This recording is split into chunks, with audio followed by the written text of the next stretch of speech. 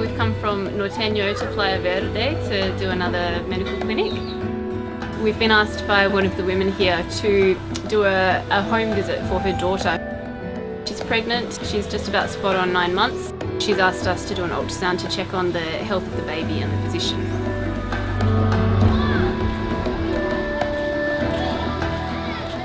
So apparently the due date for this baby she was originally told was the 14th of July, it's the 18th of July today. A couple of weeks ago, so in June, she was at the hospital and they did an ultrasound there, but all they said to her was that they couldn't find the head and sent her on her way. So for that reason, both the pregnant woman and her mother are quite anxious because most of the women around here have their babies in their houses, but they were concerned that if there are any complications or you know, if there isn't a favourable position and that kind of thing, what can they do? It's a long way to get to the hospital, so they need to know in advance. El corazón.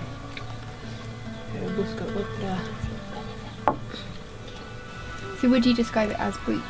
Or because it's a bit diagonally? Almost transverse, like a oblique slash transverse, but it's not. Sí. Tengo miedo de eso. Sí. La cabeza está aquí. No es una buena posición.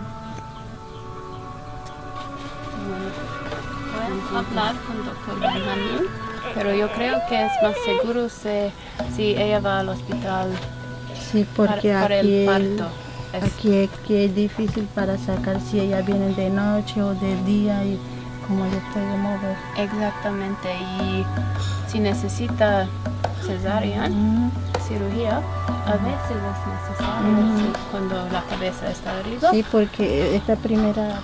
So both the pregnant woman and her mother are justifiably worried about the fact that this baby's not in an ideal position to do a safe delivery when it's going to be happening in a house in a very isolated location where the nearest hospital is a couple of hours away and the nearest caesarean facility is more hours away. They don't have the money, they don't really have the resources to get to a hospital, and plus the woman has another 3-year-old daughter as well, so her mother has to stay home to look after that baby.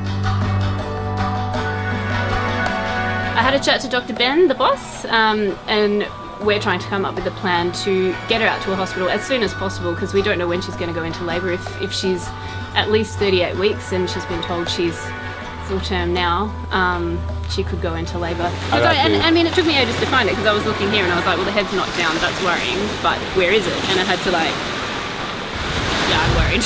I don't want her to go into labour at all.